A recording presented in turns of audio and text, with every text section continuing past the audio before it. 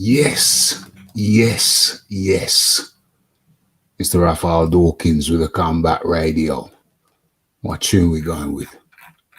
What are we going to start off with?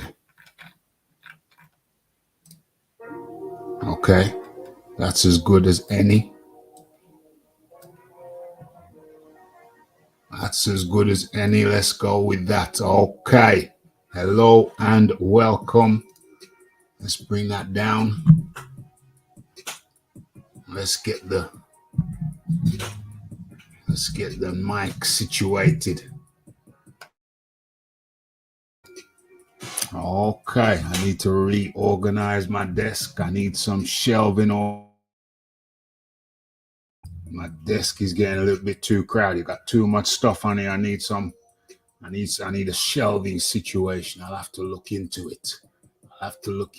But first and foremost, before we get into the introductions, let me get my screen right. Let's get this right. Okay. Boom, boom, boom. How's that look? Is it up? Yes. Excellente, excellente. And without much further delay, excuse me, let me drop the links in. Let me drop the link in and let me do a sound check. Where are we? Let's get that out of here. Let's make sure. What's that there?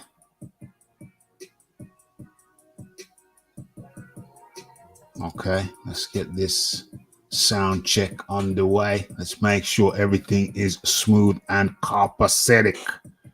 Let's drop that and let's get into this. Okay, I forgot we got a poll up. There's a poll up for your delectation, for your experimentation. We got a poll up. There's a poll up for what's that there? Okay, that's good levels. I'm happy with that level. I'm happy with that level. Get the music back. Bring the beat back. And let's pin that. And let's try and get everything situated. Hold on a second. I got a phone holder I've never used. Let's have a look. Let's see if I can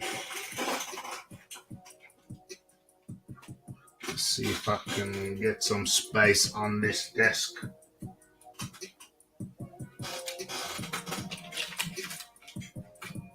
Let's get this phone holder, see if it works, see if it's any good. What is this here? How are we gonna do this? Let's do it that way. Let's have a look. Yes. That'll do. Okay. Charge only. Let's make a little bit of space. Okay. It's a lot better. Right. Where do we begin?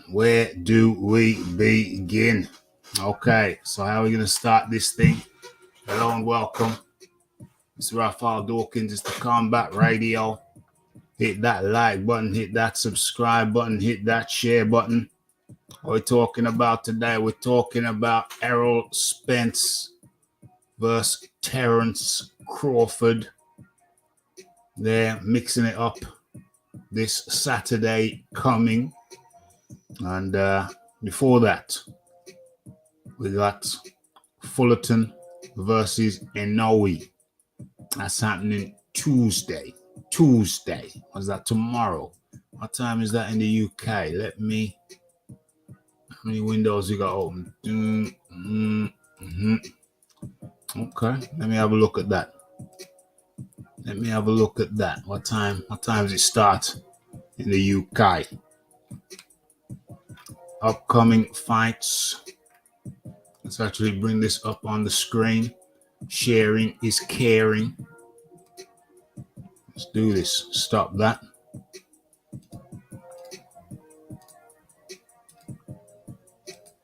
And show this. Like that. Okay. So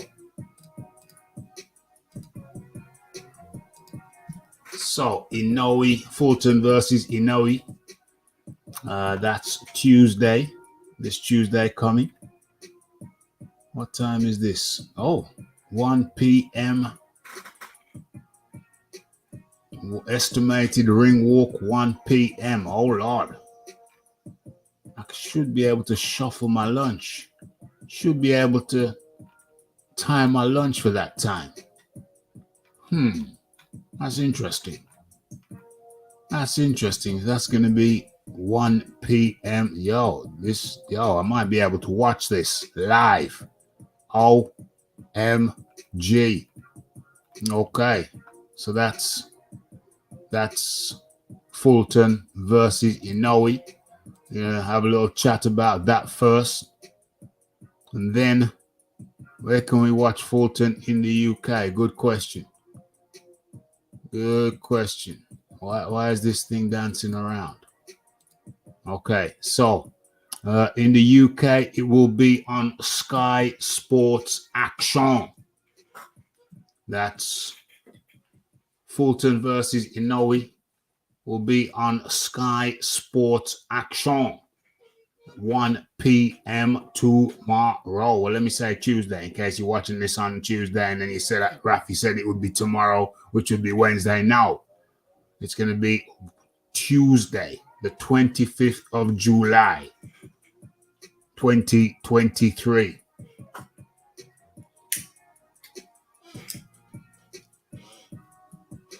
This fold holder thing, it's working quite nicely. Could still get a better one, but this one was for free. It was in a student's pack, which I received. It's a free phone holder. Works very, very well. Sideways, not upright, unfortunately, though, so the mission is not complete. This will have to Mike do. It's a Mike do thing. Of course, we're going to be talking about Errol Spence versus Terence Bud Crawford shortly. But before that, I'm going to do a little bit of analysis. I'm going to give you my view. You probably can give me your view on this fight.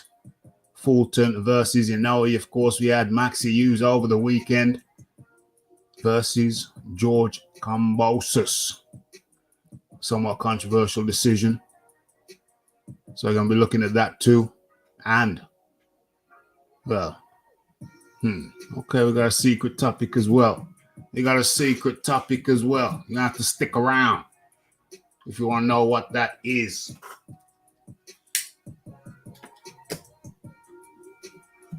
But first, I think it's only appropriate that we look at Fulton versus Inoue. But before that, the real first is let's get into the chat. Let's see who is about. As a matter of fact, rat-tat-tat-tat, uno momento, mami, slow your tempo. Let me get my screen right.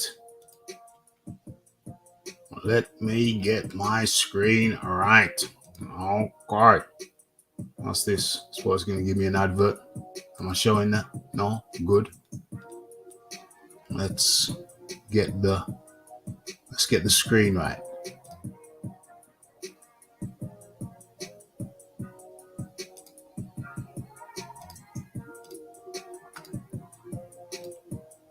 Boom, boom, boom. OMG. Okay. So we're gonna have a little look. Some freeze frame action of a Fulton fight. I think this was his last fight against Figueroa. Let me confirm. No, Figueroa was before that. Daniel Roman was his last fight. We were looking at the Brandon Figueroa fight. Maybe he's more familiar to most, to many, to the masses. We're going to have a quick look at some freeze frames of Fulton versus Figueroa. And then we're going to have a look at an Inoue fight. Inoue. But before all of that, let's say hello and welcome. And let's remind people that the poll is open. We'll shut that poll, we'll close that poll, and then get into the Spence Crawford poll immediately after. But first things first, let's say hello to the Aaron Daly up in the building. Okay.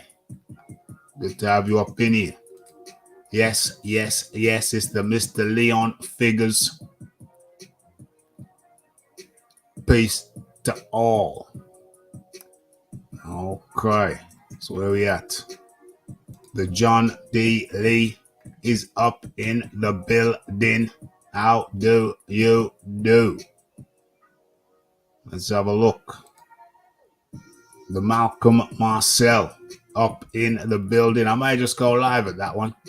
I might just go live with that one. Working from home tomorrow.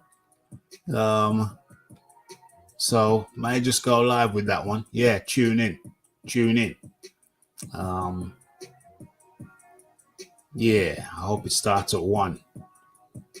Okay. That's the Malcolm Marcel. Let's have a look. Let's have a look. Secret news. Saturday. Am I going live Saturday? What time's that fight going to be on Saturday? 4, 5 a.m. Yeah, well, hey, might as well go live for that. That's a big fight. That's a monumental fight. So, yes, I will be going live on Saturday. For sure. Let's have a look. Yeah, Sky Sports action, nice and simple. Rafi being on a date with Jane. OMG.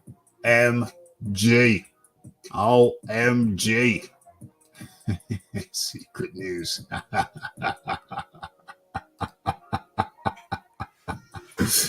Oh, wow. Hey, you must think I'm easy.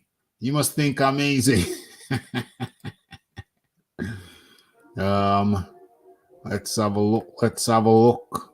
The Leon Figures. I mean the wizard sleeves up in the building. Let's have a look. The Uncle Burnt apostrophe. Hello and welcome to everybody. Hit the poll if you got an opinion on the fight, and hit the like button if you typically enjoy the fare of the RDC. Okay, so let's, without much further ado, I think we're gonna get into this thing right about now. What's this? I forgot to read it. We got the Rafi and chat. Great week of boxing coming up. Absolutement. It is ungentlemanly to be difficult. That is the lady's job.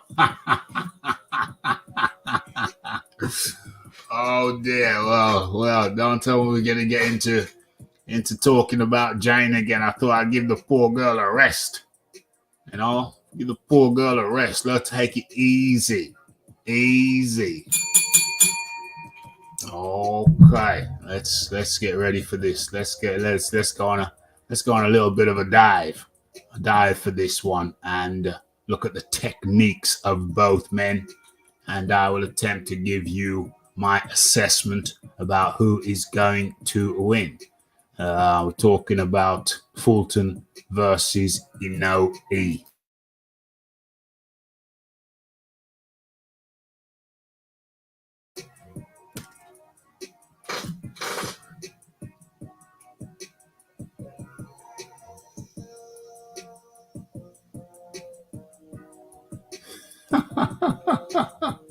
You must be talking to her. She needs a rest. OMG. Damn. Damn. Damn. Um, okay. So let's get into it. Right. So my assessment. Didn't want to have to talk off the top of my head, so I pulled up a recent fight of both, and my impressions are that Fulton is more scrappy. He's more scrap. Who's that there? Is that Fury in disguise? Is this Tyson Fury in disguise over there? Looks like Lee Coker. Could it be Lee Coker? That looks like Bernard Hopkins.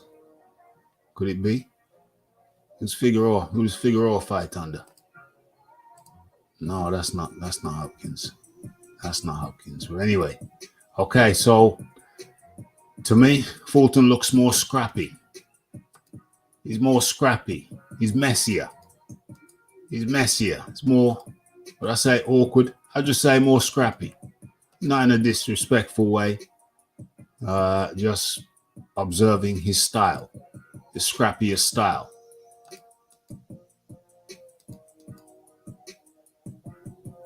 This is round 3 of his fight. The end of round 3 of his fight with Figueroa. Of course, Figueroa, the taller, more rangy opponent. Jab there, left it out long.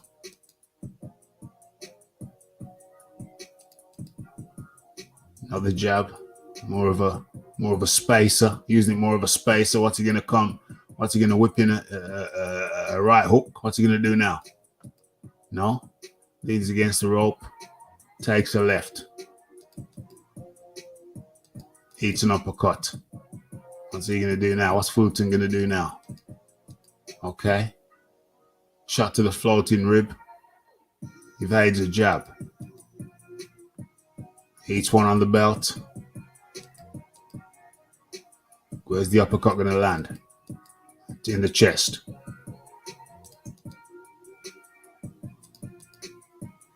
Nice left hook, it looks like it's going to be. But then Figueroa whips in a right hook. And a left to the body. A left hook. Just misses. Loading up on a big right hook to the head, I would imagine. Fulton's onto it. Giving him the side eye. Giving the side eye to the right hook. Oh. Slips back. Just slips that one.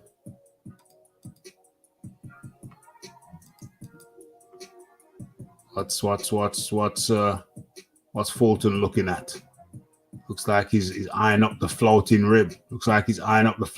Does he want to whip in? Does he want to whip in a left to the floating rib? No. Figueroa beats him to the punch. Oh, nice uppercut appears to land from Fulton.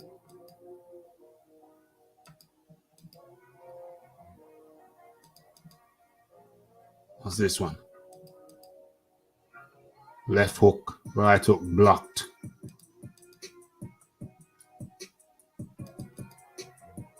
Left hook. Did that land? Okay, so that was the end of the round. Certainly, that was won by Figueroa. Oh, damn. What's going on here? Get out of here.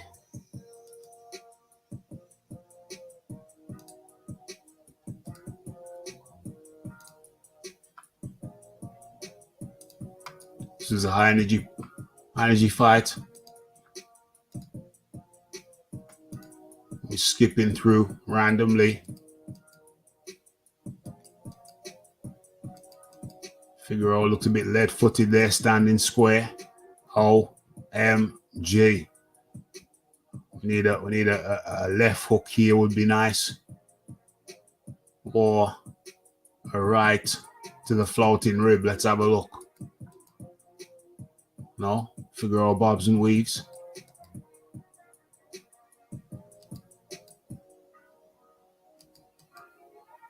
How does he counter? What's going to happen here? He doesn't. OMG.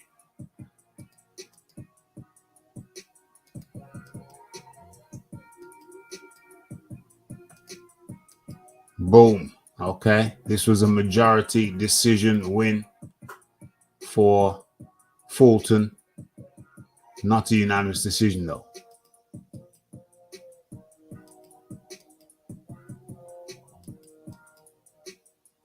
Okay. What's going on here?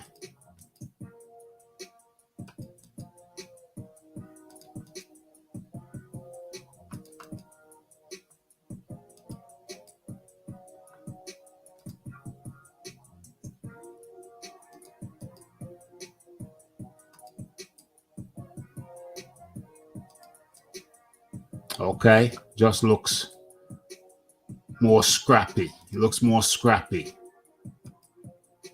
Okay. A little bit of style and panache there from Fulton. What's happening here to Figueroa?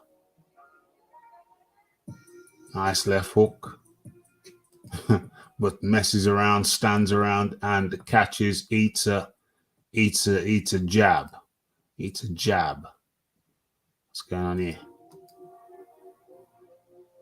Of course, Figueroa is longer than Inoue, longer than Fulton. But it's putting the pressure on Fulton. Putting the pressure on. I don't need this pressure on. I don't need this pressure on. Okay, so scrappy affair. Figueroa, the taller of the two, taller than Fulton, who is taller than Inoue. So you have to bear that in mind. Styles make fights. Figueroa, the heartbreaker, put the pressure on. He put the pressure on. And Fulton looked scrappy.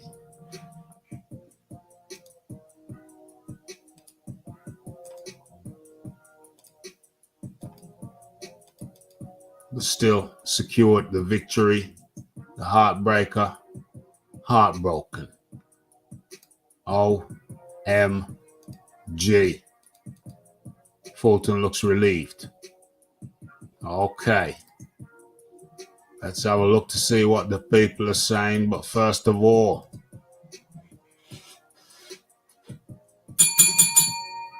shout out to the tone, making the chat litty.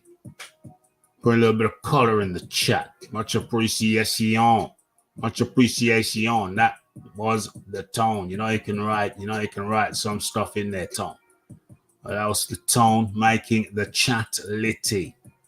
Marveloso. Marveloso.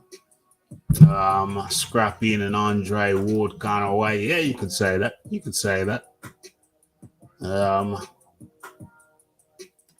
Yeah, well, there you go. Uncle Burnt Ostrophy says, haven't watched this fight since it was live, but remember thinking Figueroa won it. I can't remember what I thought. I really can't remember what I thought. I do remember thinking it was close. So I do remember that. I do remember that. Okay, so my assessment of Fulton is scrappy. Scrappy. Obviously, he's got a record of 21-0, so he's beat everybody he's ever fought. And maybe you could say, well, that fight is not representative of Fulton. Well, you know, I just looked at one of his last fights. I looked and saw that it was a majority decision. So I thought, okay, well, that was obviously a competitive fight. Let's review that one. Let's review that one. We also have to bear in mind that Fulton. Hold on, where are we? What's the screen looking like? Okay, let's have a look at the stats. Let's have a look at the stats. Okay, so there we are. Okay, so Stephen Fulton, 21 fights, 21 victories, 8 KOs. That's a knockout ratio of 38.1%. Orthodox, 5'6", 70-inch reach. Okay, let's compare and contrast that with Inoue. Okay, so his birth name there, as you can see.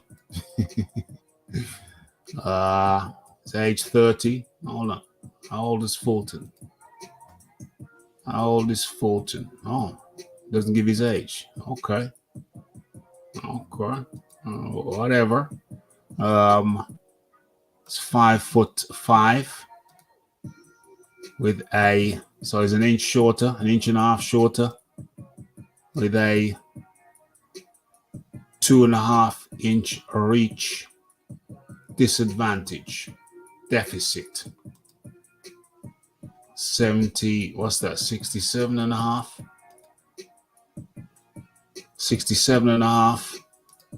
inch reach for Inoue, and 70 and a half. So that's a 3-inch difference, 3-inch reach differential.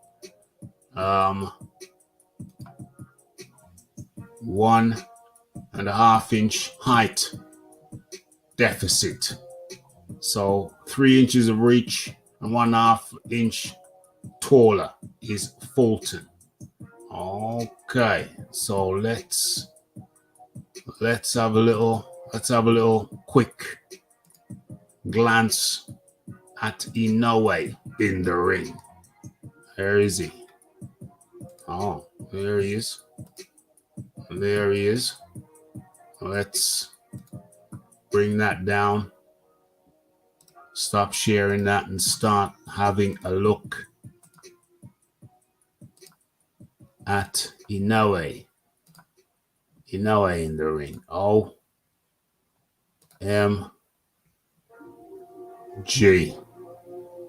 What am I doing?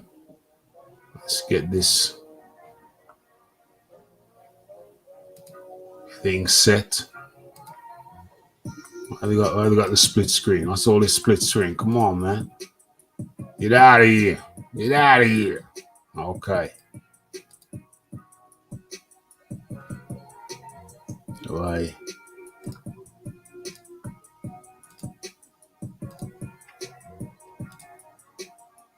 Okay, so this is against Jason Maloney. Inoue versus Maloney. And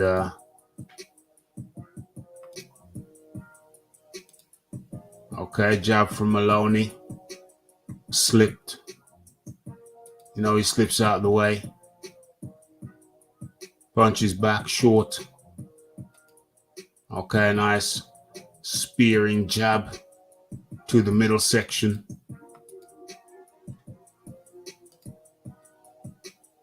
What is this? What's this here? What's going on? Okay, the end of the round.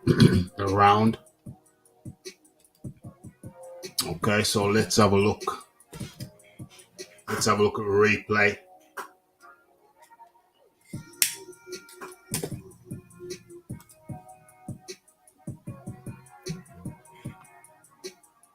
Boom. Boom. Check hook. Inoue keeps his eye on the prize. Doesn't load up too much. And that left check hook is incoming to the jaw of Jason Maloney. Boom. And puts him on the seat of his pants. OMG. OMG. Okay, Maloney jabs. No, he doesn't wind up too much. Just enough. Doesn't really change his body shape too much. And check hook, left check hook deployed.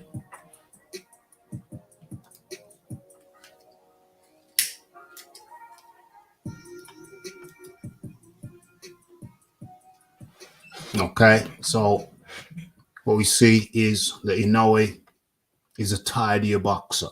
He's tidier. He's cleaner. Is he more precise? Dare I say more precise? Dare I say more economical? Dare I say, as I often say, he appears to have the better fundamentals. He's the cleaner boxer. His work is cleaner. I equate it to a Formula One driver. You don't see them zigzagging all across the tarmac, the racetrack. You know, the fastest racers tend to be the cleanest racers. They're the cleanest lines.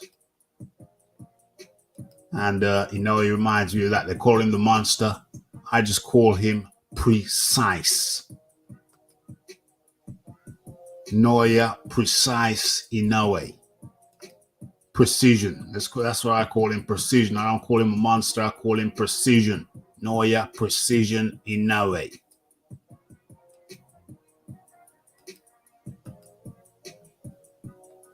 Just cleaner. More precise. What's going to happen there? Okay, just leans back just enough to take the sting off that jab. He stays there for a little bit, looking to counter.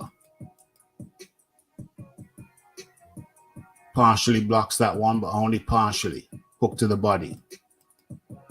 He's still there. Hasn't moved his feet yet. Takes a little quarter step in. And boom. Lands his well. Slips out of the way. Pivots slightly to the left. Cleaner work by Inoue. Good footwork. Okay, that was more of a prodding jab.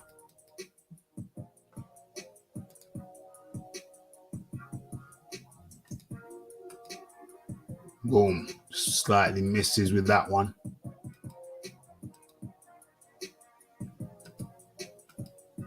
Back in range. Sloppy jab. Looking to set up. Is it one to the body or one to the head?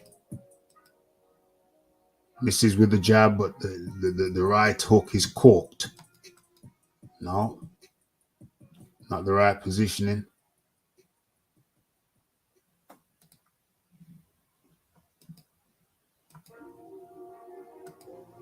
Precision jab. Right hand is down. What's he looking to do? Uppercut? Or is he going to switch it to the left hook? No. Maloney's out. Inoue in the crouching tiger style stance. Steps in.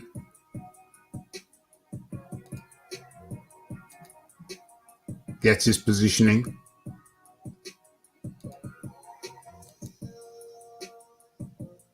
Sees a jab from Maloney.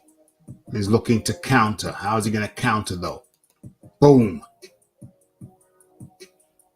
Precision strike. Straight down the middle. It's the 7th round. 10 seconds remaining of the 7th round. And Jason Maloney doesn't know where he is. OMG.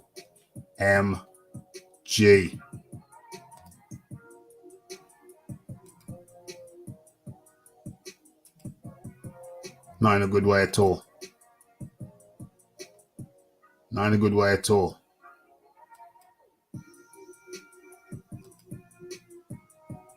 Boom.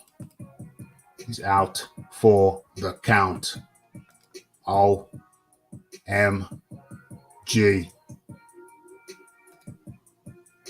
Today's a favor in the Yank are long gone. You just favor.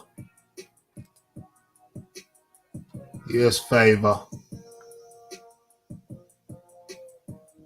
Yes, favor who's doing the work, who's putting the work in.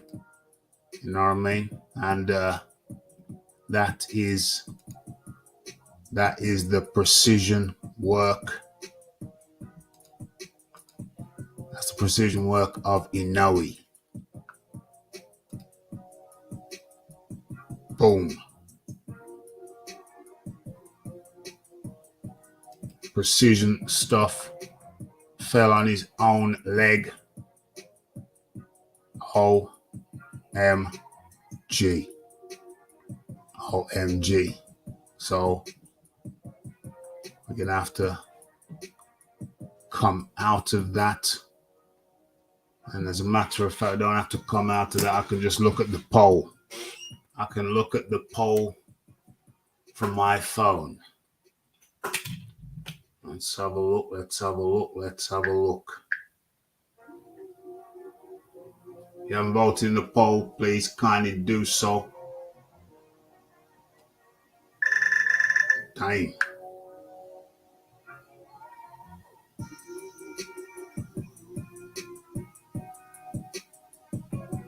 Was there a poll? Was there even a poll? Where's the poll? I can't see the poll.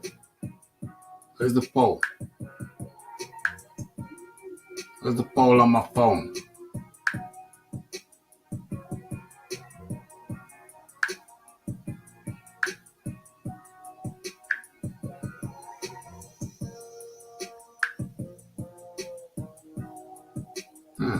Can't see the poll on my phone. How peculiar. How peculiar is that?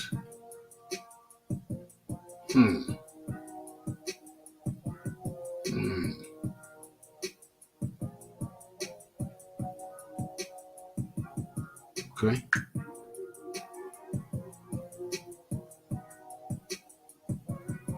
Okay.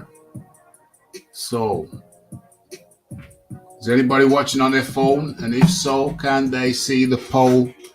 Is anybody watching on your phone? And if so, can you see the poll on your phone? Let's come out of that anyway. Let me see what's going on with the poll. Looks like I'm going to close that down.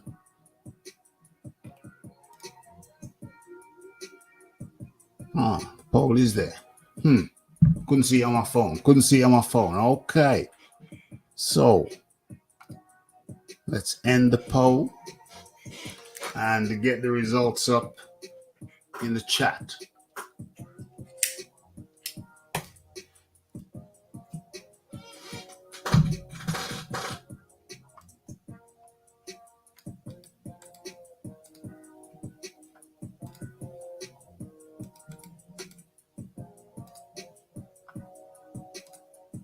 Okay, so who wins?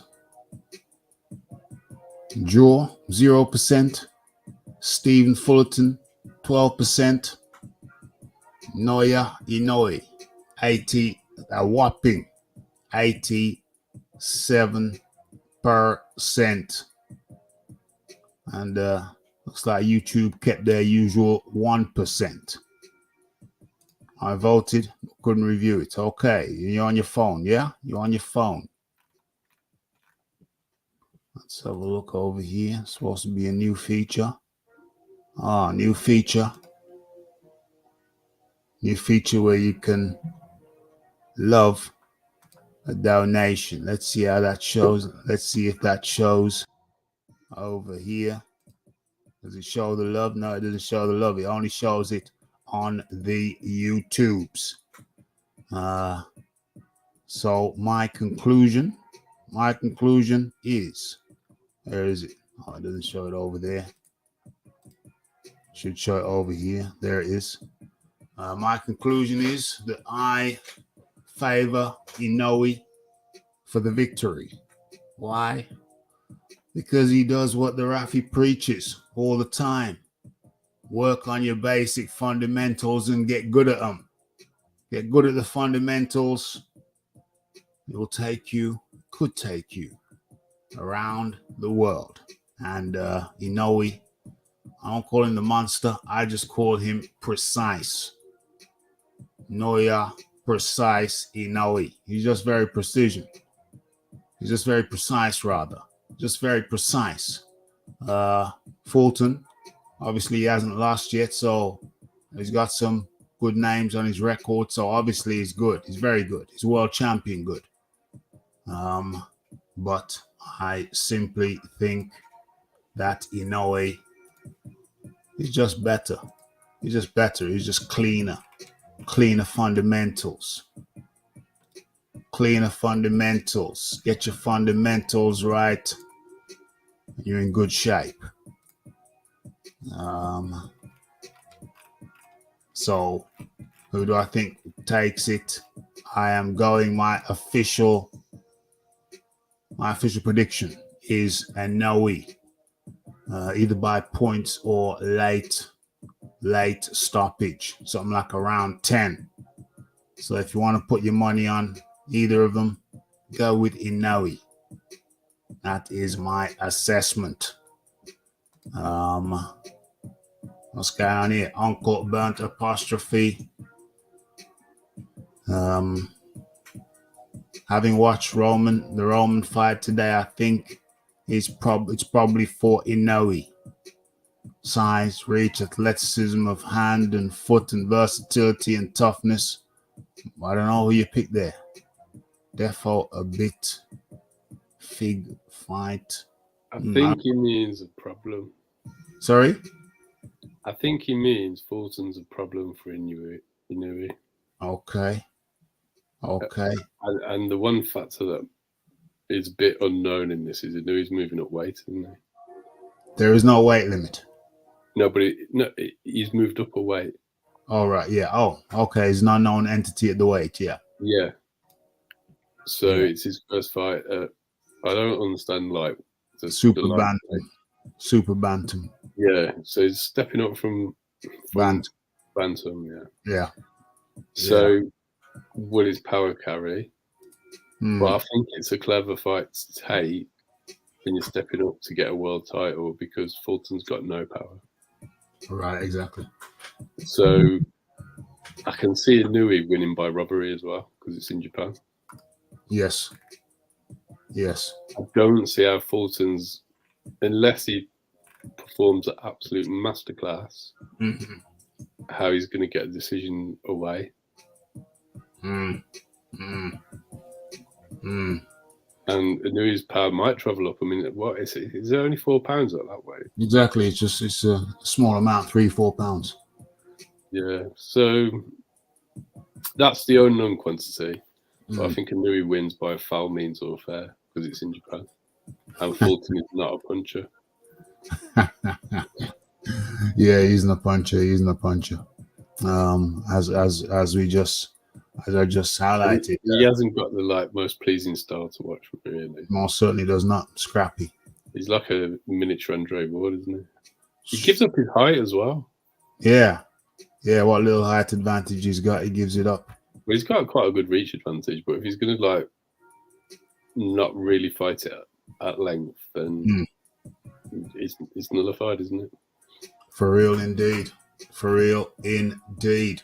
Okay, so you got my prediction. Have you got a prediction, John? Yeah, Inoue by foul means all fair. Oh yeah. Did you follow the hand wrap controversy? No. No, neither did I. Neither did I. Something about the hand wraps. He does them differently. Fulton camp pointed it out, said, "Hey, that's illegal." But apparently they got different stipulations in different regions.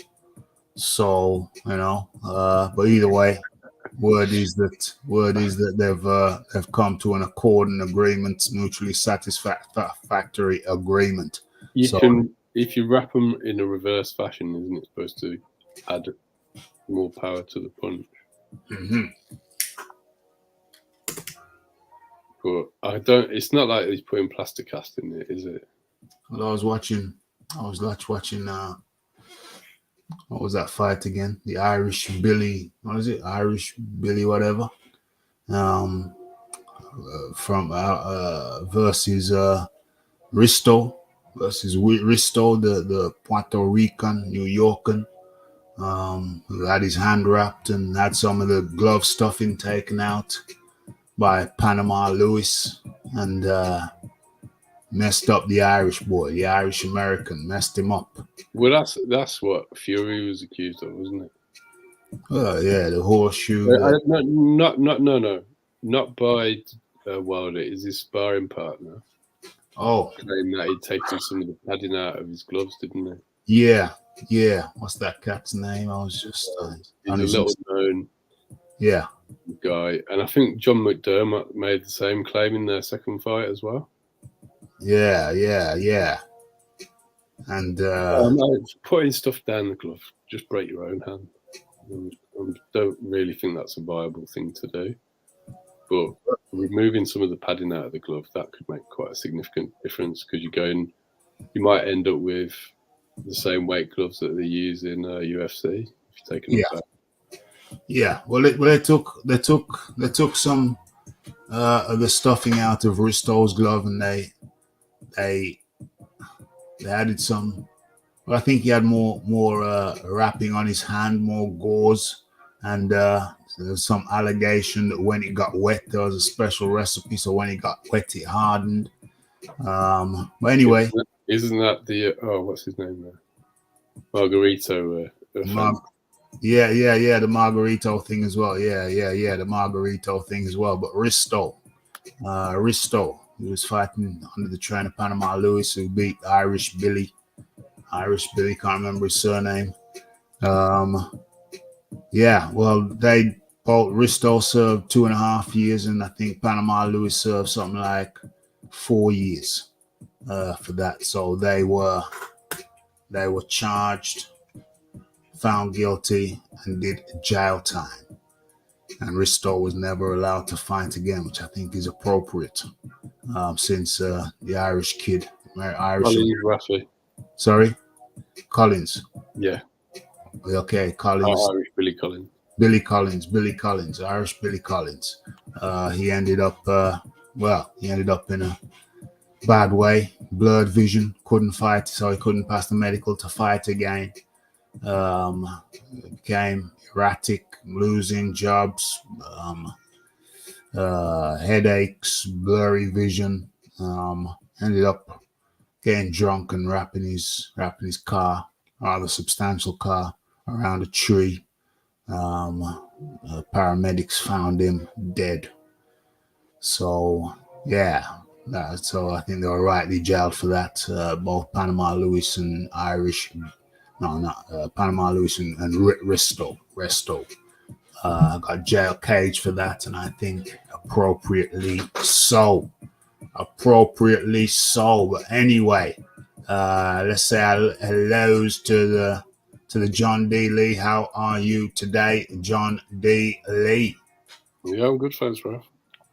Excellent. The sun came out eventually towards the end of the evening. Got kind of nice, chilly to start out with. Wet. It was wet this morning. Yes, it was wet. It was damp. It was wet out there.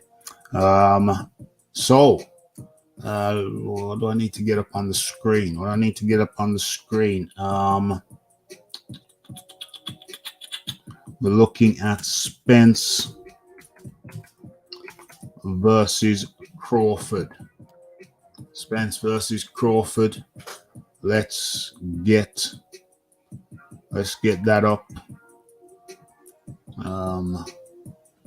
What's on my screen right about now? Let's get it up on the screen as we go into the final picks. Let's get into the final picks. Dallas, Texas. Errol Spence training camp. Something else that I wanted to do. What is it? That's up on the screen. Oh. I want to get a poll up. Let's get a poll up. Okay, off you go, John. If you want to talk about your views on this fight, who you think's going to win and why. I've got Bud Crawford by a stoppage between rounds 7 and 9, based on 100% knockout ratio at welterweight. The more active fighter. I think the weight cut that Spence goes through is really going to catch up with him, because when was the last time he was in the ring? Is it pushing 12 months, or is it just 8 or 9? I'll have a look at that in a second. But he does blow up quite significantly between fights. So whilst we hear a lot about how he's the bigger man, he's the one who has to cut the most. And I don't think he can carry on doing that indefinitely. I think he's been busting at the seams at this weight for quite some time.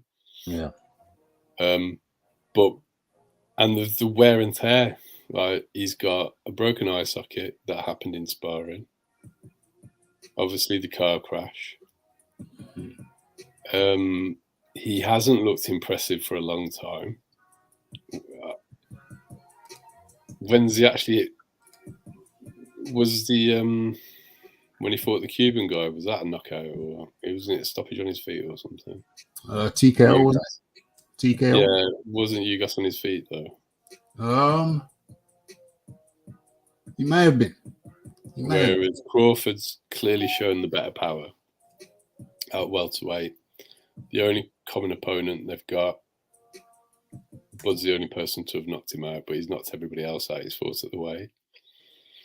I think he's got faster hands, faster feet, more tools in the toolbox in terms of punch variety, better shot selection. You're talking about Errol Spence now? No, he's a switch hitter. He's also got the reach advantage, even though he's shorter. So that's why I'm picking Bud to win. I mean, I've seen Errol get outboxed by Kell Brook until he broke Brook's eye. And when you have a metal plate on one side of your face, it creates a weakness on the other side and makes it more prone to you breaking your orbital bone. Has Spence actually got a metal plate on his broken orbital bone? We don't know. Because if he has, I mean, I can see that being the method of stoppage, to be honest. He gets hit. It's not like it's difficult to find him. He gets hit. He's not the most defensively sound. He's not the quickest. And he's quite basic and plodding, really. Basic and plodding. Yeah. Dang. How's he been doing so well? He's been carefully managed, hasn't he? Because he's been avoiding Terence for a very long time. I mean, Danny Garcia is a blown up 140-pounder who's never knocked anybody out at this weight. The Sean Porter fight was incredibly close.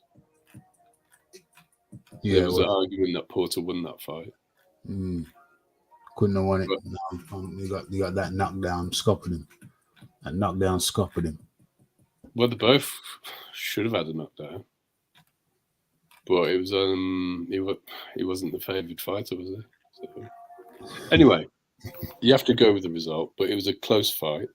Who else of note as he fought? Cal Brook was damaged goods, without question. He went straight into that fight after going all the way up to 160, so he cut all the way back down with a broken face. I was livid when Cal Brook took the fight with Triple G because I wanted him to fight Spence then because I thought he'd win. And he was winning. Yeah.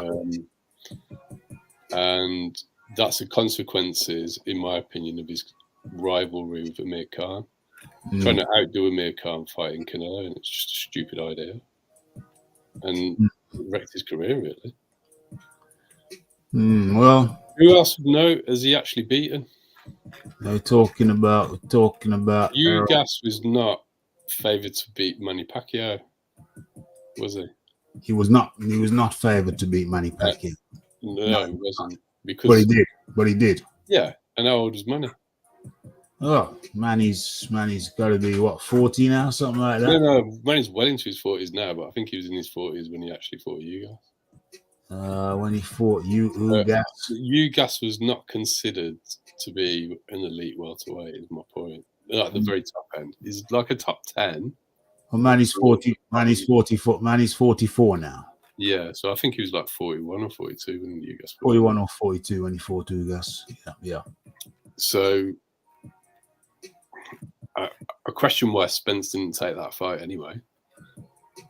Why didn't he fight Pacquiao? Why did they put Ugas in with him? He was going to fight Pacquiao, wasn't he? And then that's when he had that's when he got the car accident, or the second one. No, that's when he broke his eye socket, isn't it? In sparring. And again, you've got to worry about that, haven't you? I mean, you're breaking your eye socket in sparring. What's going on there?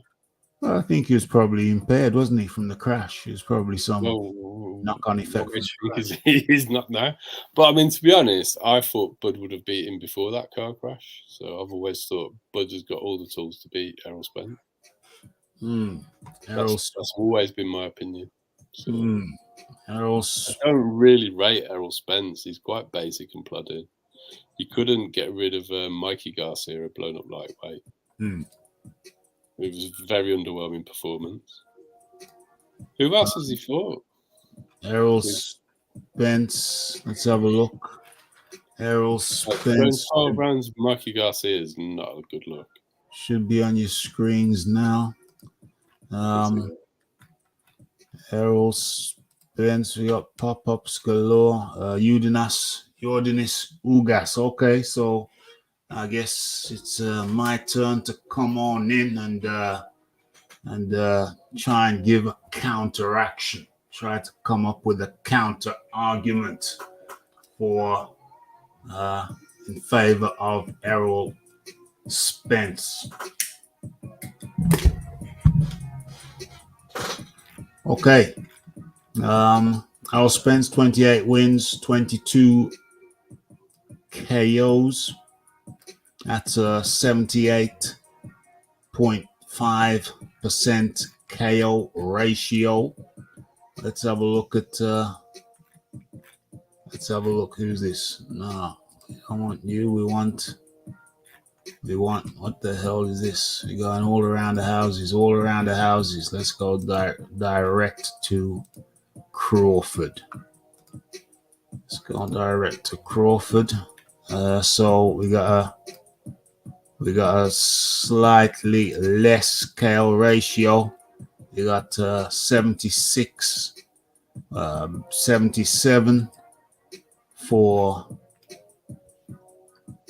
Crawford, and we got 78.5. So it's pretty much very even. There is a sort of point to make from when Bud stepped up to welterweight. He has 100% KO ratio. Yep. At welterweight.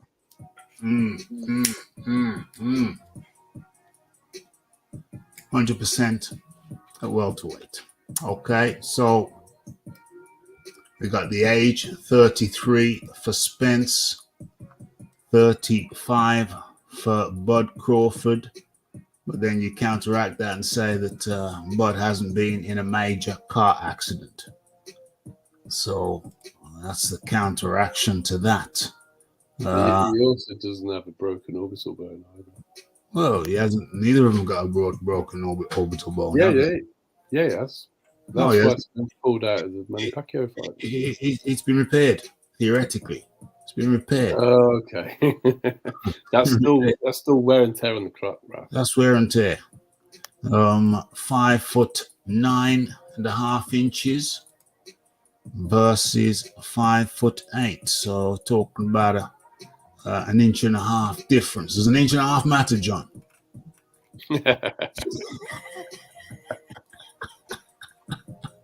It's never a problem I've been faced with. Oh, well, have you got a twin? Have you got a twin? No, anyway. Anyway, let's not dwell on an inch All I and a can half. say is it's not something that comes up in my life. Okay, so 74-inch reach versus a 72-inch reach. Now, how interesting. How interesting is that? So we got a 2-inch reach deficit on the side of Errol Spence. OMG. We got a southpaw versus a switch hitter. Southpaw versus a switch hitter. Have they listed Terence as a southpaw there? Yeah. Well, he's not a true southpaw, is he? He's not. No, he's right-handed. He's a right-handed. Yeah, he is very much more a switch hitter than a southpaw. I'd class him as an orthodox fighter that can fight southpaw rather than. Yeah. What else we got? What other important stats do we have? I think those are the prime stats. All very close. All very, very close. Remember, I'm trying to make the argument for Errol Spence because, as we know, or as you may not know, Crawford is the favorite. He beat Yordinas Ugas, who was not a scintillating boxer, but he has been a very effective one. He had been an effective one. Ugas there.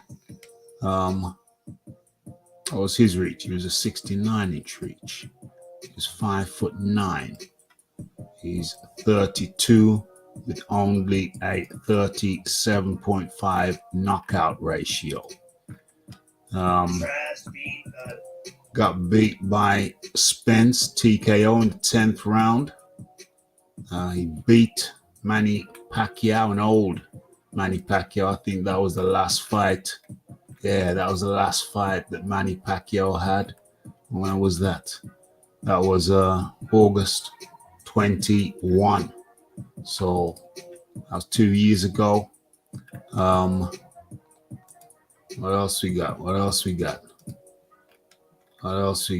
He beat Omar Figueroa. 12-round decision, lost to Sean Porter over 12 rounds. How many losses did he have? What? 5 losses? Spence, Porter, Amir Imam, Emmanuel Robles, and Johnny Garcia. I mean, that's sort of what I was saying, Raf. He's a respectable welterweight, but he's not an elite welterweight. No. So that was Ugas. Danny Garcia was 12 rounds. That's when he came back from his car accident. It was seemed a little bit tentative to me. Kept his hands way up high. It was an okay comeback fight. It was like a respectable tune-up. Danny Garcia's only ever been effective at 140 pounds. Never really done anything at welterweight. Sean But Paul. I thought that was okay after a car crash. Yeah, after a car crash. Yeah, it was very good after a car crash. Yeah, it's very good after a car crash. Let's have a look. Let us continue. Sean Porter, close fight, but he got the win. What was that? SD, split decision. Yeah, I mean, it was as tight as hell. Yeah, Mikey Garcia, 12 rounds. Career lightweight. Yeah. Carlos Ocampo, first round KO. Lamont Peterson, that was back in 2018. We already talked He's about another person being dragged up to welterweight, wasn't he? Yeah. What weight did he knock out Amir Khan at? Was that 135? Lamont Peterson. There's Amir Khan on this.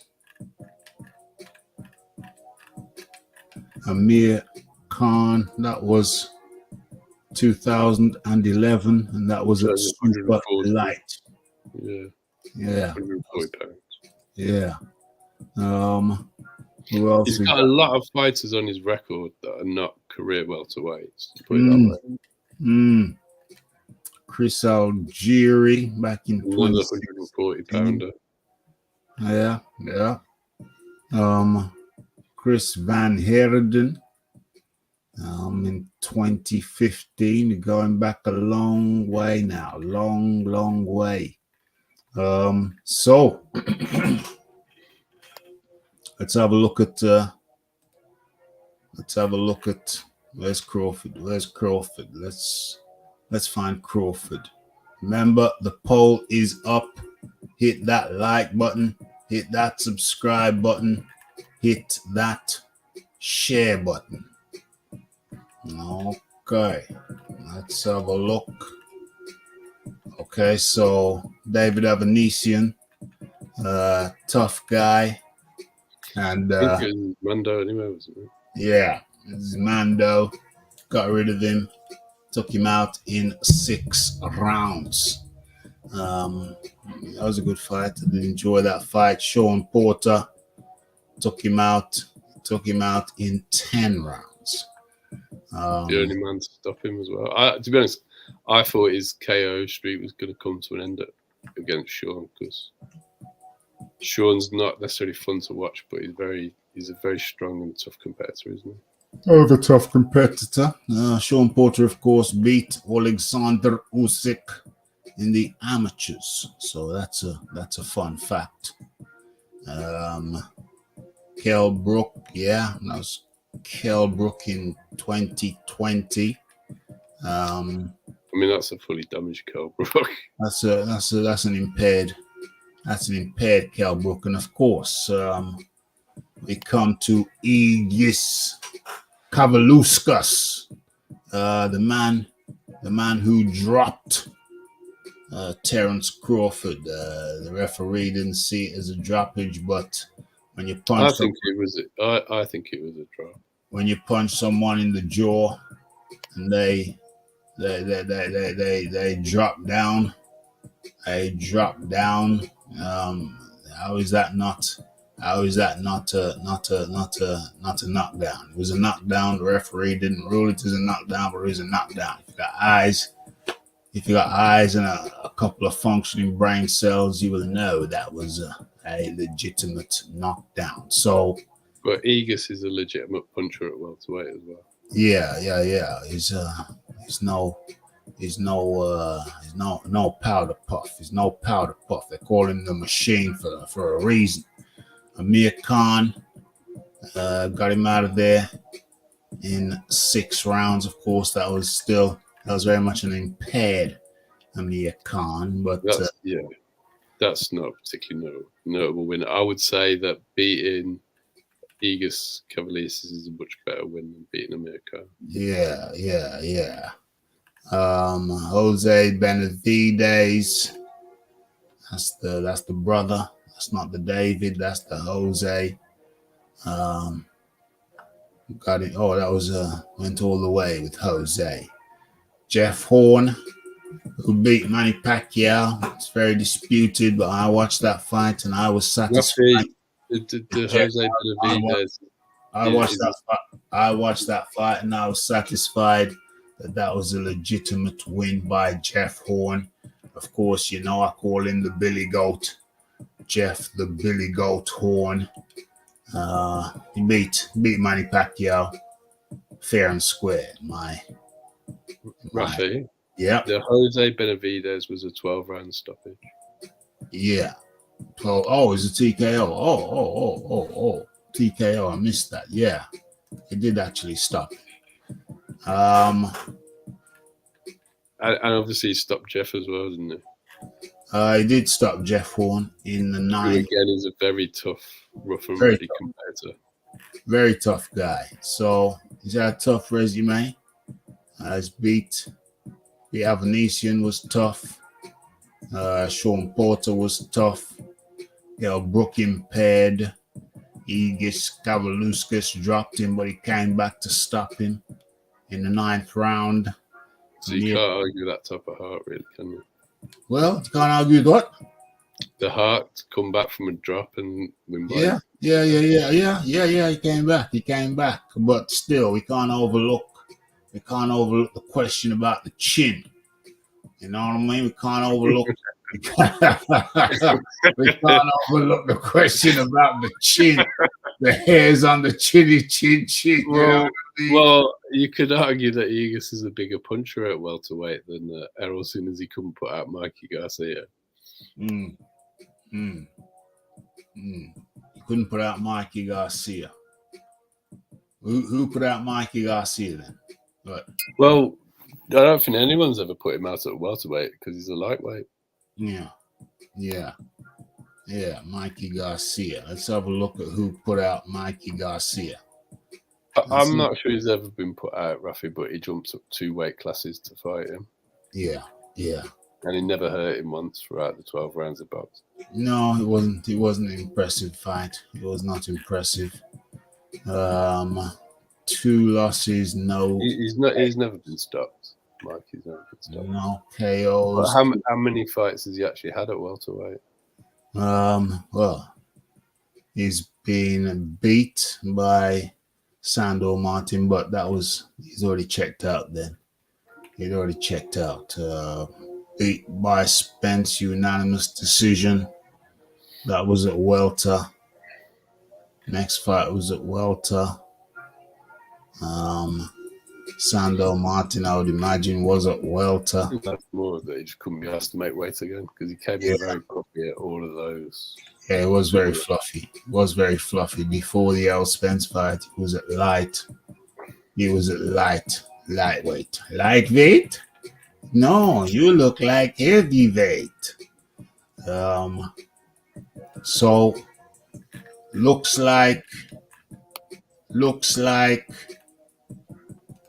the edge goes in the more robust opponents the last few years. Looks like Terence Crawford, Avanesian, very robust. Sean Porter, very robust.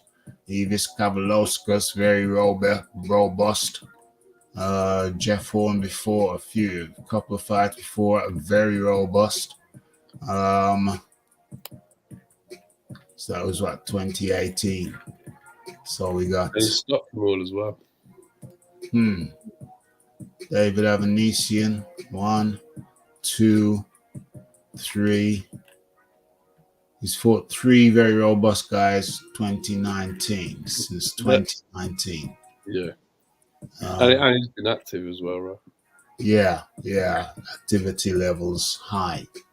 Let's have a look at Errol Spence. Where are we? Jordanis, Ugas, very robust. Very robust.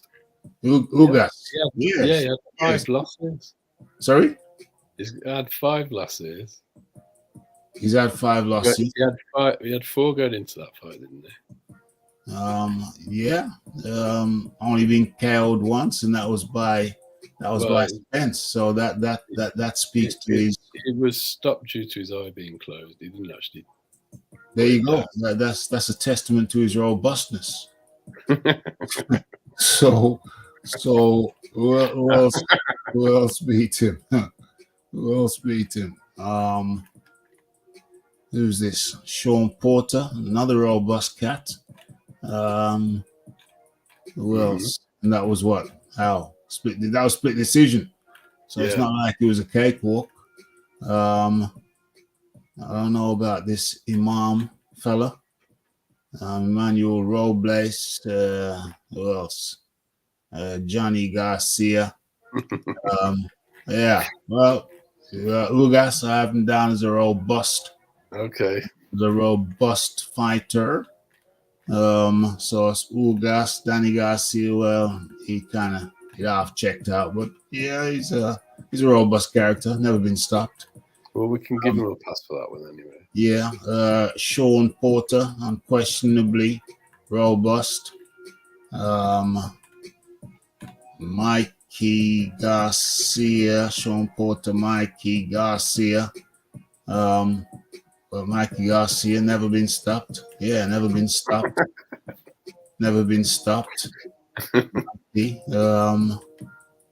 he couldn't stop me either, you know.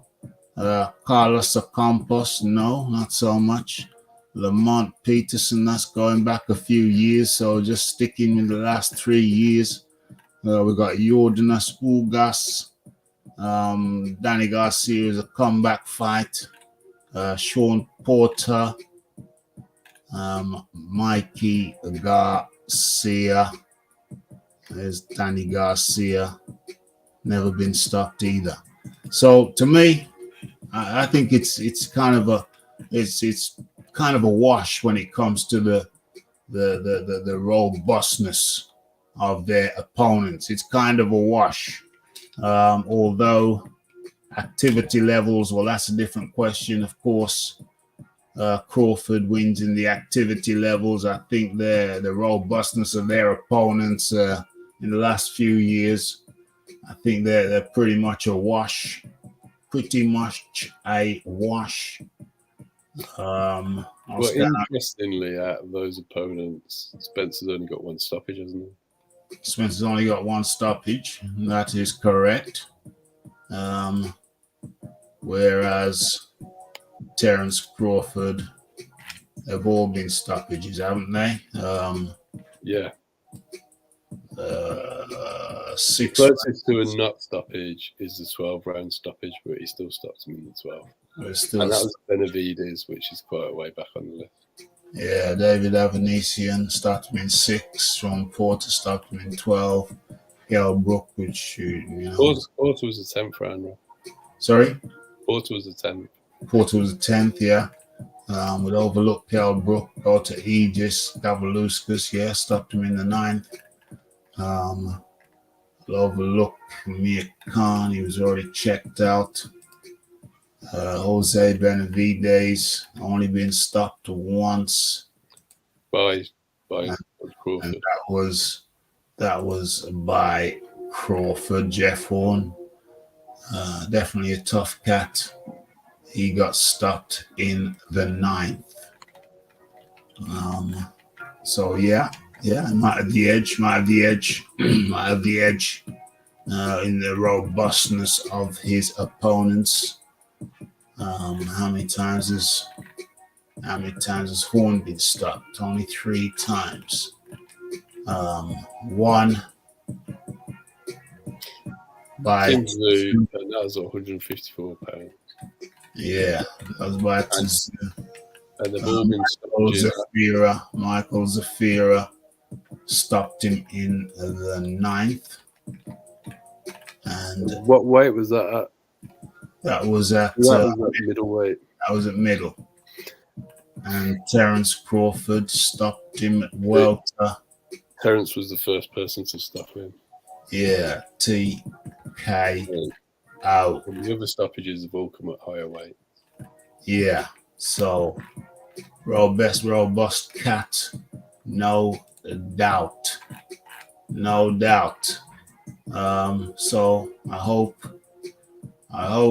folks, we've given you enough food for you to come to your decision.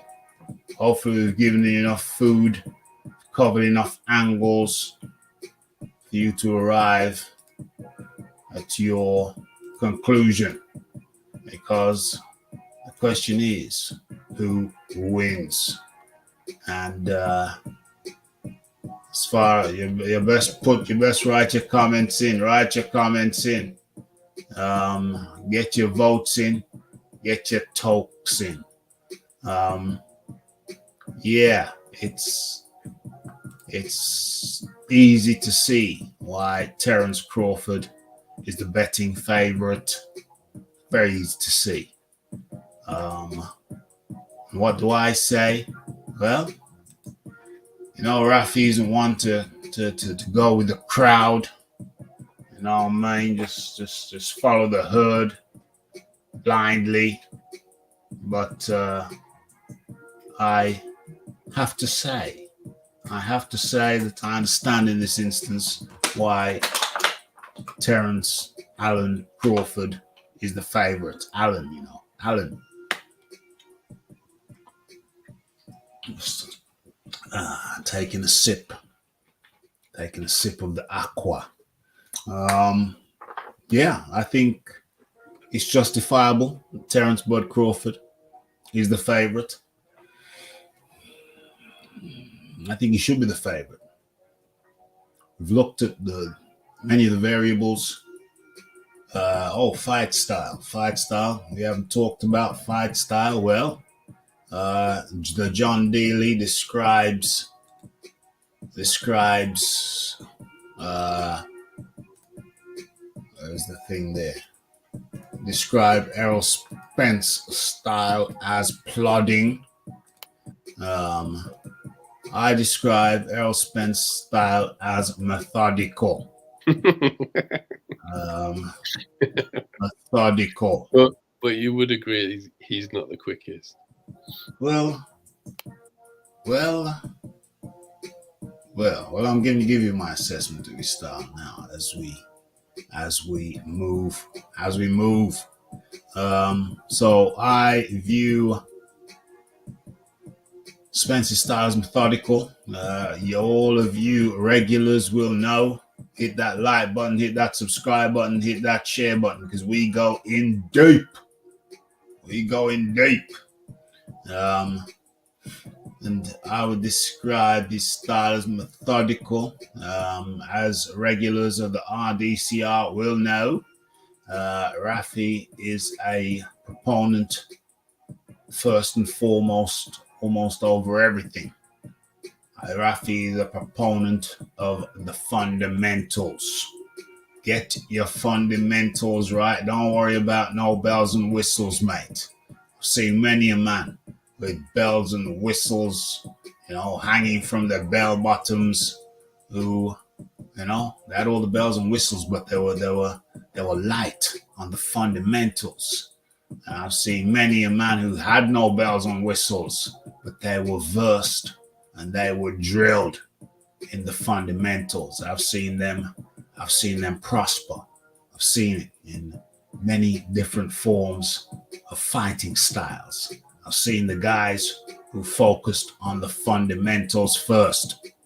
I have seen them prosper and dispatch their flashier opponents.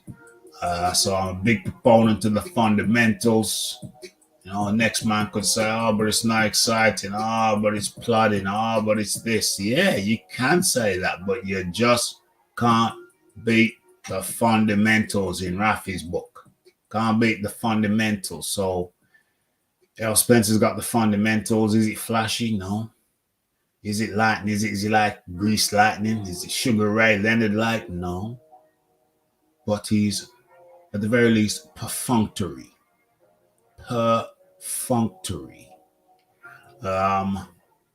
So You can build a house. You can build a house on solid foundation. The fundamentals of the solid foundation. Matter of fact, you can build a mansion on solid so long as you have solid foundation. What are the foundations? The foundations are the fundamentals. I think I need to ring the bell for that one. So Errol Spence built his house on solid foundations. Everything's perfunctory. Everything is technically good. Is it flashy? No. Is it like Grace Lightning? No. But like I said, you can build a house and a mansion on the solid foundations. And I think Errol Spence has got that. Okay, so we go over to... Can I just make a challenge on that? Yeah, sure. Would you consider being defensively sound as an important fundamental? Defensively sound is extremely important. Because I feel that Errol's always got hit a lot. If you go back to the Brook fight, Brook was painting him up.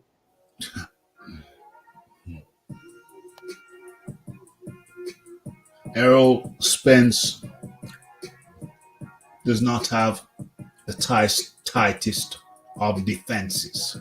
So if the counter argument is that hold on, there is one area of the fundamentals where Errol Spence does not excel. If that is your counter argument, then I would be prone. Let's not use prone. That's some negative connotations. I would be inclined to agree that within the context of the fundamentals, Errol Spence's defense is not the tightest. What was that submarine that crashed? I mean, that imploded. The billionaire's holiday. Yeah. It's not the tightest. It's not the tightest. It's not air proof. No, it is not. So that is another thing for you, the members of the jury, to take into account. So then we go over to where is he? We go over, oh, there he is. We go, oh, what the hell? Why did a damn advert have to pop up at the most inopportune moment? Okay, we go over to Bud Crawford. Switch hitter, natural right-hander, but he goes to the southpaw as he sees fit, which is frequently. Switch hitter, true switch hitter, comfortable in either stance, whereas Errol Spence is an out-and-out southpaw. I do believe, let me just check that. That's correct, Rafi. Okay, Errol Spence, southpaw, yes. Okay, so we got switch hitter versus southpaw. Okay, we have a more fleet of foot, Terence Crawford, more versatile in his assaults as Terence Crawford. Is he defensively more sound? One could argue that, but he gets hit too. Crawford gets hit. To agree with that. Crawford gets hit too. He can get drawn into a fight he doesn't need to get drawn into. Yeah. So whereas the charge that Errol's defense is not airtight, well, the same can be said for Terence. But the difference is that Errol Spence hasn't been dropped, whereas hold on a minute. But Crawford has. Because you could argue that A, neither of them have been dropped, and B, both of them have. Because didn't Porter get dropped Errol, but the ref didn't call that either. I can't remember that. I remember. I think in that fight there was also a time where Errol went down and the ref ruled it a slippage as well, which I think was questionable. I do remember there was some controversy, but I can't remember the exact moment. So you could argue that neither of them have been officially dropped, but both of them have actually been dropped, in my opinion. Well, I remember Crawford. I distinctly remember Crawford being dropped. I'm not disputing that one. But I don't remember. Let me see if I can verify and send you information. I don't remember how Errol Spence got dropped. I don't remember. I can't visualize him being dropped. Although I'm not saying he didn't get dropped. I did watch the fight, but I can't recall the moment. So maybe one drop was more memorable than the other drop. Maybe. The one stuck in my mind very clearly. The other one, I just can't remember. So that may be something of interest to the members of the jury. So yeah, that's interesting. So versatility goes to Spence. Speed of foot. Didn't Algieri put Spence down as well? I don't remember that. I'm not saying it never happened, but I don't remember that at all. I don't know about that.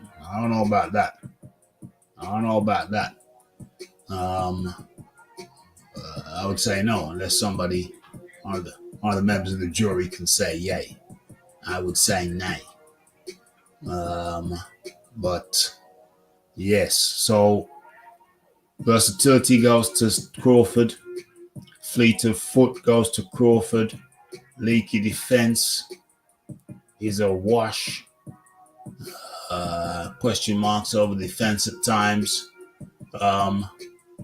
The fundamental, like the jab, I gotta go with Spence. As a pressure fighter, I think Spence is most of the time is on the front foot. Pressure, I think, goes to Spence. So we got pressure for Spence, the jab for Spence, fleet of foot to Crawford. What else for Crawford? Fleet of hand, may have quicker hands, goes to Crawford. Defense is a wash, but the KOs, who got the most KOs of late, that goes to Crawford.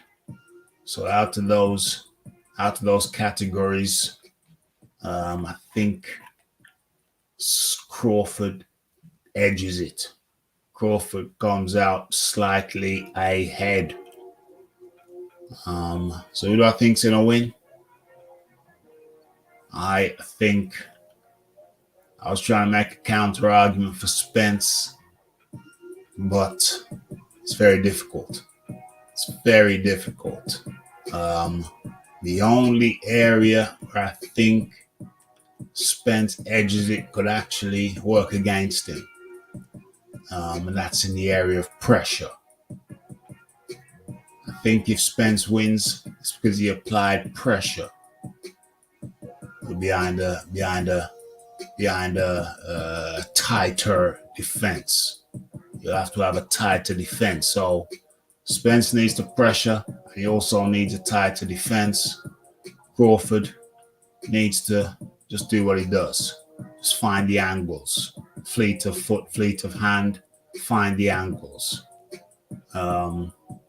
Spence, tighter defense, and a high pressure game. Going upstairs, downstairs, that's also something that Spence does very well.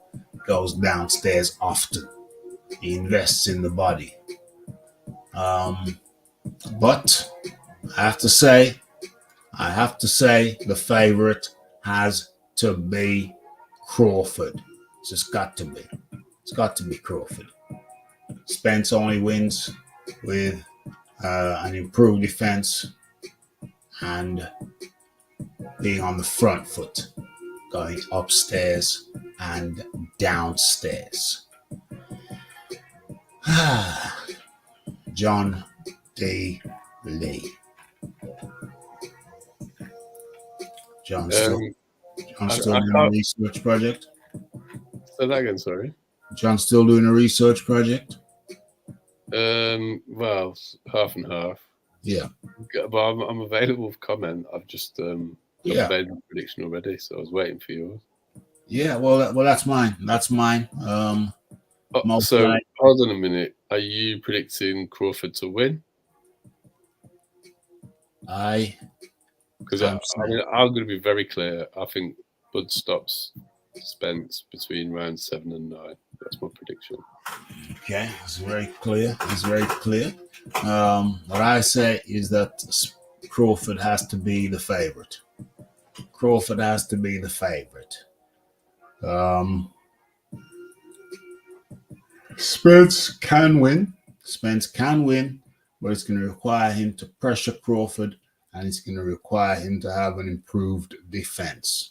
He's going to have to tighten up on the defense. He's going to have to keep the pressure on Crawford, keep the pressure on him, tied to defense, and as per usual, upstairs, downstairs. But the favorite has to be Crawford. Just got to be. But as you know, over here at the Raphael Dawkins, you put your money. If you want to make the most money, you don't put it on the favorite. You put your money on Spence. What's the bet you'll be placing then? You got to go Spence by points. For the betting people, I say Spence by points. Who do I actually think is going to win? The favorite has got to be Crawford. Method of win. Well, it's got 100% KO ratio, KO ratio, welterweight. So, does he stop Spence? Well, you got to say if Crawford wins, then it's by a stoppage, late round stoppage, between 10th and the 12th. If Crawford wins, which he is the favorite to win. Where do I say put your money? I say put your money on a Spence win via points. Because that's how Spence has tended to win of late. Although he does have a 78% KO ratio. Let me just check on that. He got a lot of knockouts early on, but if you actually look at who he was knocking out, it wasn't. They've dried up as he's gone up in the levels. To be honest. Well, he finished Ugas. Didn't finish Garcia. Didn't finish Porter. Didn't finish Danny Garcia. Didn't finish Mikey Garcia. He finished Ocampo. Finished Lamont Peterson, but that was 2018. Finished Kell Brook, but that was in the 11th round in 2017. So in the last 3 years, let's say from 2019, he didn't finish Garcia. He didn't finish Porter. He didn't finish Danny Garcia. So out of his last 4 fights, he's only finished 1. And that was Yordenas Ugas. OMG. And that was a doctor's stoppage. Ugas didn't go down. Yeah, that was TKO. He closed his eyes, so it was from a punch. Yeah. At that point, did Dennis actually touch canvas? For real, for real. For real, for real. So let's end the poll. Let's end the poll and where's the results? I gotta refresh my screen. Do I got to refresh my screen to get up the poll results? There it is. Yes, yes, yes. Let's copy the results. Boom. Let's copy the results there and let's show the results. Who wins? Draw, 7%. Spence, 7%. Crawford, a whopping, jaw-dropping, 85% of respondents said Spence. No, says Terence Crawford wins versus Errol Spence. OMG. OMG. That's fairly conclusive vote. The John Daly got a cat there. Terence Spence. You know who the Rafi got? His favorite, Terence Spence. But if it comes to betting money, I would say put your money on. What did I say? I said Terence Spence. I meant Terence Crawford. You did, Yeah, I meant Terence Crawford. Well, are we betting on Errol Crawford? Terence Crawford. But who to put the money on? Errol Spence. That's how the Rafi see the thing, how the thing go. And have I got any other responsibilities that I need to cover? Well, yes, but I'm not going to because time has run out. Time has run out. We've covered 2 fights. We've done them exhaustively, comprehensively. So just for the sake of clarity and for the people, Rafi. Yeah. What's your actual prediction on the result? I haven't actually heard it yet. What's my prediction on Spence v. Crawford? Yes. Right. My prediction is that Terence Crawford, the favorite, will most likely emerge victorious. Method? And since Rafi looks at the stats, the Rafi looks at the numbers, and the stats tell us that Spence is likely, if he wins, he's likely to do so via stoppage. You mean Crawford, not Spence? Crawford. The records show. I think Rafi's heart is not in this.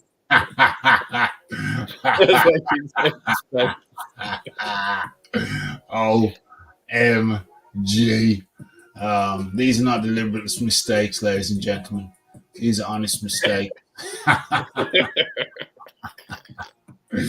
Or they could be classed as a Freudian slip. They could be classified as Freudian slips. You know what I'm saying? You members of the jury, you are at liberty to come to your own conclusions. What Rafi is saying is that Terence Crawford, is the favorite to win with good cause. I'd have to say yes. When we look at the facts and the figures, the Rafi's a stats man. When we look at the facts and the figures, the most likely to emerge victorious is Terence Crawford. And when we look at the means, the methodology behind the victory, Rafi looks at the stats again and he says, well, Terence Crawford has finished everyone who's fought at welterweight. So who wins? Looks like it's going to be Terence Crawford. How does he win? Rafi says late fight stoppage. So we're talking about between the 10th and the 12th round. But Rafi also says, as a caveat, Rafi adds a caveat and says, put your money on the underdog. The underdog is Spence via points victory. Can't be any clearer than that, John. Can't be any clearer than that. I'm very happy with that, and I'm pretty certain that in this instance you will actually be taking a trip to the bookies and celebrating the Spence win should it come to pass. OMG. Well, you know, Spence is half a yard, man. So, you know. I know that's why it's been so painful to get you to say all that. You know, he's half a yard, man. So, you know, it's like, you know, I gotta show a little bit of support to the yard, man. It's a small island. I think from your own experience, though, the American Jamaicans are not cut from the same cloth. They're different. We used to have one on the show. Oh gosh. OMG.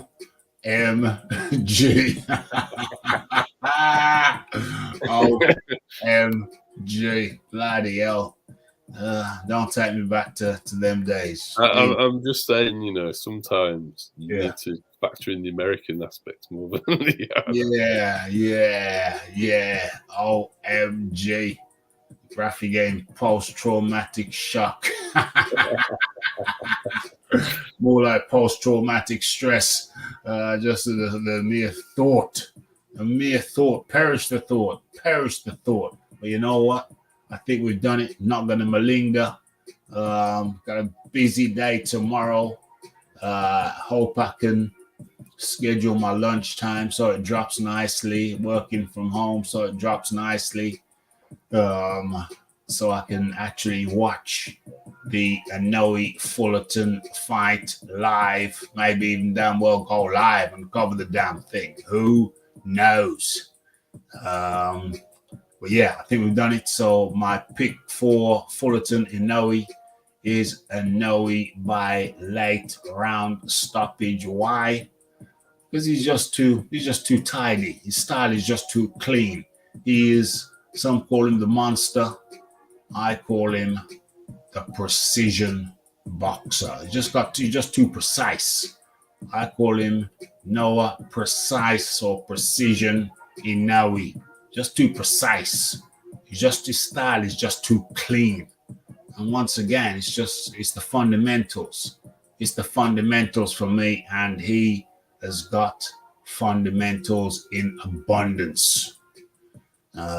As well as good footwork. So I'm going for Inoue by late round stoppage, talking 10 to 12.